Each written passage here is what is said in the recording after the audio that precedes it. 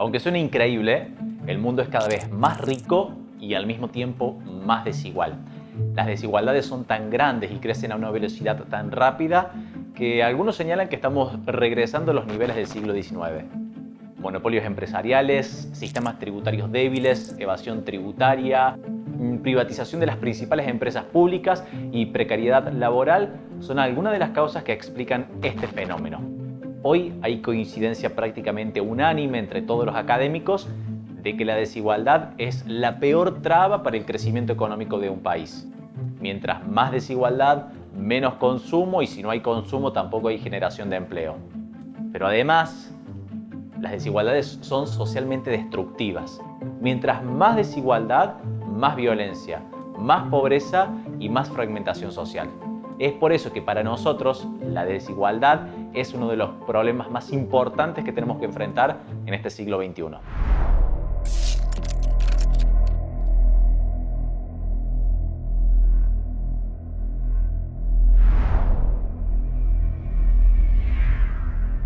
Vivimos en un mundo donde ha aumentado significativamente la cantidad de recursos disponibles, porque gracias a la ciencia y a la tecnología se han incorporado a la economía una cantidad de recursos que antes no existían. El mundo es cada vez más rico porque hay cada vez más recursos. Y resulta que en un mundo tan inmensamente rico, las desigualdades son abrumadoras. Existen millones de personas viviendo en la más extrema pobreza, mientras que otros acumulan riquezas para las que cuesta encontrar un calificativo. Las desigualdades económicas pueden medirse en términos de ingresos o en términos de riqueza. Según Oxfam, que es la ONG más prestigiosa en materia de desigualdad y de pobreza, la desigualdad económica ha aumentado en casi todos los países del mundo. El 1% de la población mundial tiene más riquezas que el 99% restante. Y el proceso de concentración va a un ritmo muy acelerado. En el año 2015, ese 1% de la población era dueño del 48% de las riquezas mundiales. En el año 2016, ese 1% logró apropiarse del 50% de la riqueza de todo el planeta, hasta que finalmente el año pasado ese 1% capturó el 54% de las riquezas del mundo. Te voy a contar un dato que es increíble. Recién decíamos que la concentración de la riqueza se viene acelerando en los últimos años. Pero escucha esto. En el año 2010, 388 personas tenían la misma riqueza que 3.600 millones de individuos en todo el planeta. Pero en el año 2011 ya no eran 388 personas, eran 177. Y en el 2012 ya no eran 177, eran 159. Y en el 2013 ya no eran 159, eran 92. Hasta que llegamos a la cifra actual. 80 personas en el mundo tienen la misma riqueza que 3.600 millones de individuos. Esto equivale a decir que un puñadito de personas tienen la misma fortuna que si sumáramos toda la población del continente americano, del continente europeo y del continente africano. La tendencia es muy alarmante. Y si estos datos no te alcanzaron, pon atención en los siguientes.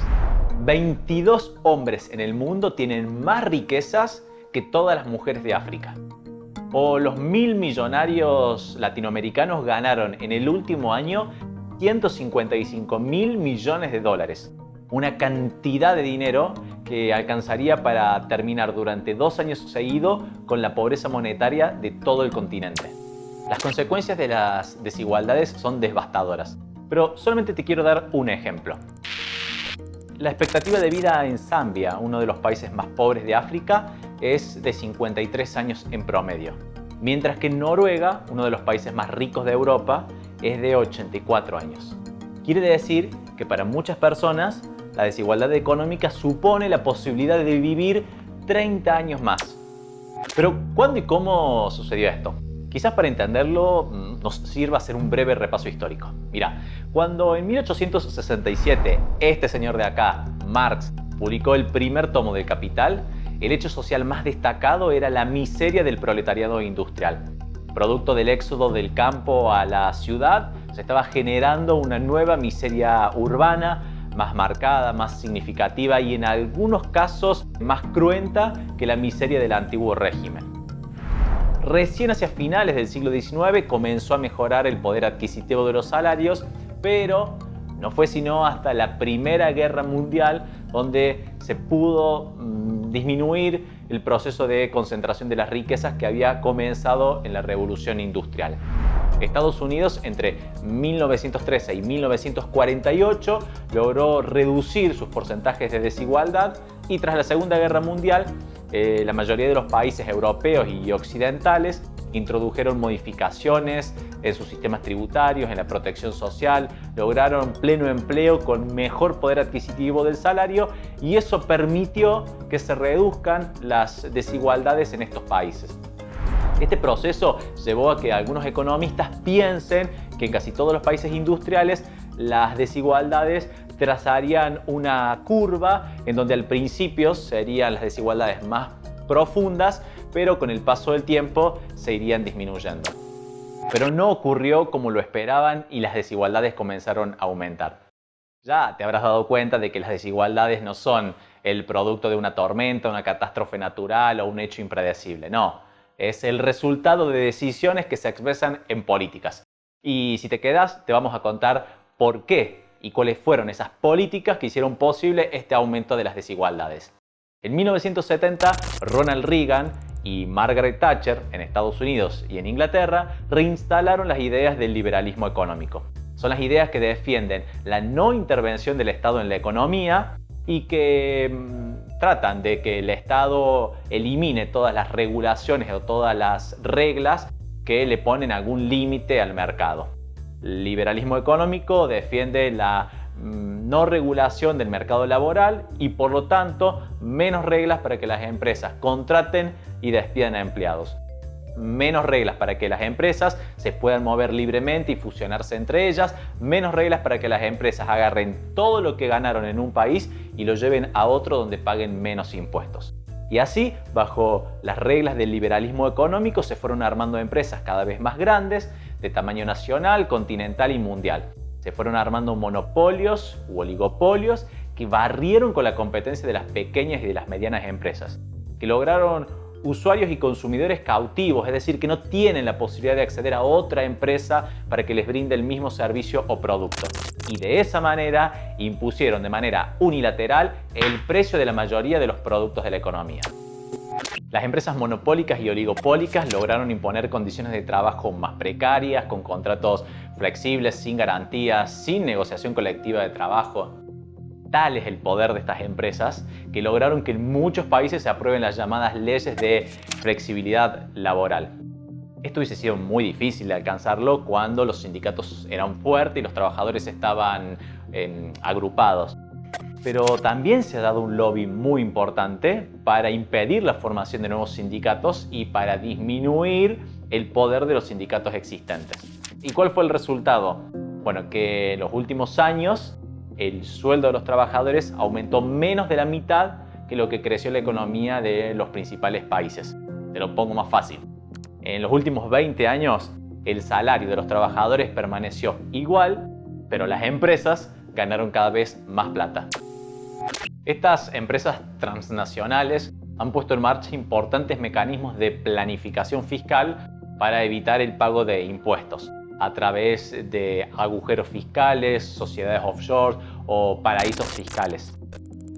Periodistas de todo el mundo, reunidos en lo que se conoce como el Consorcio de Periodistas y que cuenta con el respaldo de los periódicos más importantes del planeta, lograron descubrir las cuentas de multimillonarios en paraísos fiscales.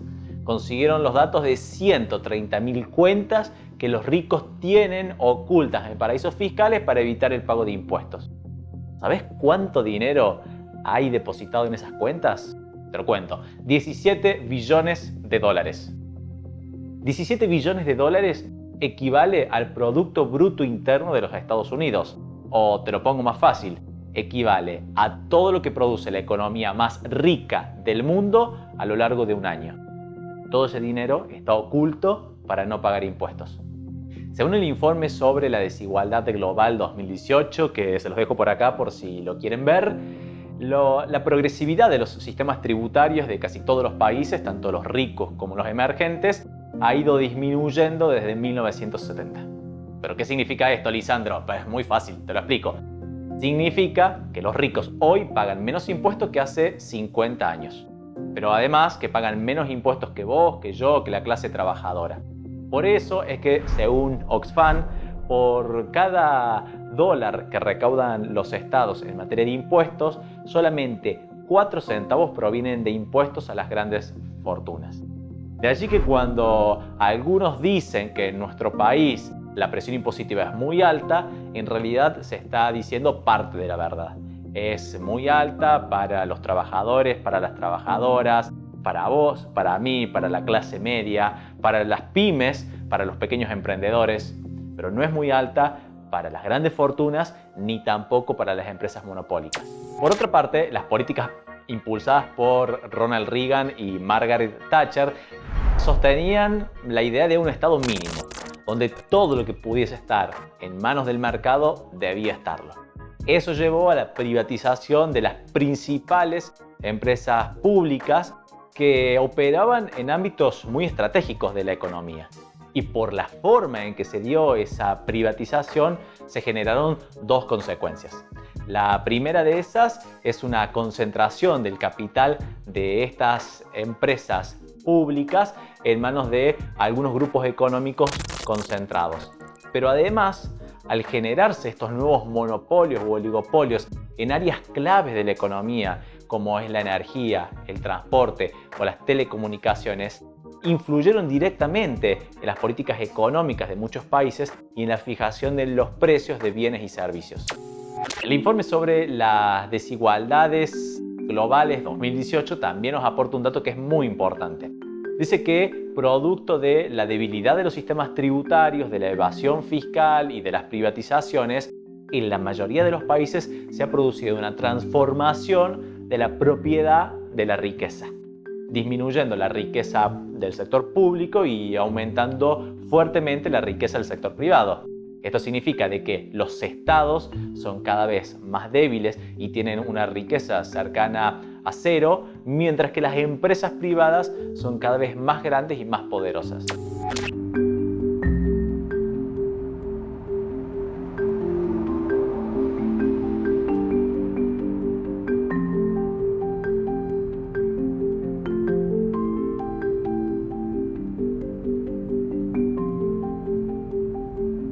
Todos estos factores que te estoy contando hacen que los estados tengan menos herramientas para poder disminuir las desigualdades. Los estados tienen menos recursos para poder invertir en educación, en salud, en infraestructura. Y de esta manera, en muchos lugares del mundo, la salud y la educación de calidad son un privilegio al que solo acceden aquellos que tienen plata para poder financiarlo. Y por supuesto que esto compromete el futuro y las posibilidades de desarrollo de las niñas, de los niños y los adolescentes y agrava la distancia, la desigualdad entre aquellos que realmente pueden acceder a una educación y una salud de calidad y aquellos que no. El mundo es cada vez más rico y al mismo tiempo cada vez más desigual. Si las condiciones actuales se mantuviesen sin cambio, las desigualdades podrían llegar hasta un nivel insoportable. Y eso pondría en cuestionamiento el propio sistema económico y político. La gente lo está apoyando porque todos los ciudadanos estamos indignados. Ante todo unidos por un mismo descontento ante las políticas sociales de recortes de vivienda y económicas que están aconteciendo. Favoreciendo a los dictámenes de los mercados y realmente nosotros no hemos votado a esos mercados. En general venimos a decir, a usar nuestro derecho de expresarnos para decir que estamos hartos de que la política responda a intereses mercantilizados. Pero aún podemos detener este proceso. Lo que muchos estudios están mostrando es que en algunos países de Europa la desigualdad creció menos que en el resto del mundo. Y eso, ya lo sabes, no es producto de obra milagrosa de la naturaleza, sino el resultado de políticas públicas concretas. Pero, ¿qué se puede hacer, Lisandro, para disminuir estos niveles de desigualdad? Se pueden hacer muchas cosas. Se puede mejorar la progresividad del sistema tributario para grabar o alcanzar con más fuerza a las grandes fortunas, a las donaciones, las herencias, las sucesiones, los activos financieros. Ello solo depende de decisiones políticas y, por supuesto, de apoyos populares. Se puede modificar el sistema tributario para que grave con menos fuerza al trabajo y al consumo y con más fuerza a la riqueza una vez que se ha producido. Los países, actuando de manera conjunta, pueden establecer sanciones muy fuertes a la formación de paraísos fiscales para que ya no sean más una cueva donde se escondan los ingresos de las grandes empresas del mundo. También se puede mejorar la educación profesional y superior, también se puede igualar la remuneración que reciben hombres y mujeres, se puede mejorar los derechos y las condiciones laborales, estableciendo un piso salarial para todos. Se pueden aplicar herramientas como el ingreso básico y universal que permite una mejor redistribución de la riqueza y, en definitiva, los estados pueden invertir más recursos en educación y en salud pública para de esta manera reducir la brecha de desigualdad entre sectores.